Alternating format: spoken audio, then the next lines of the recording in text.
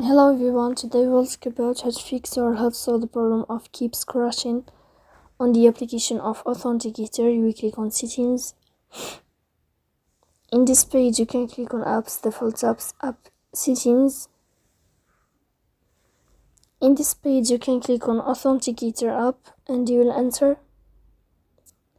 Then you can click on first step and you can click OK.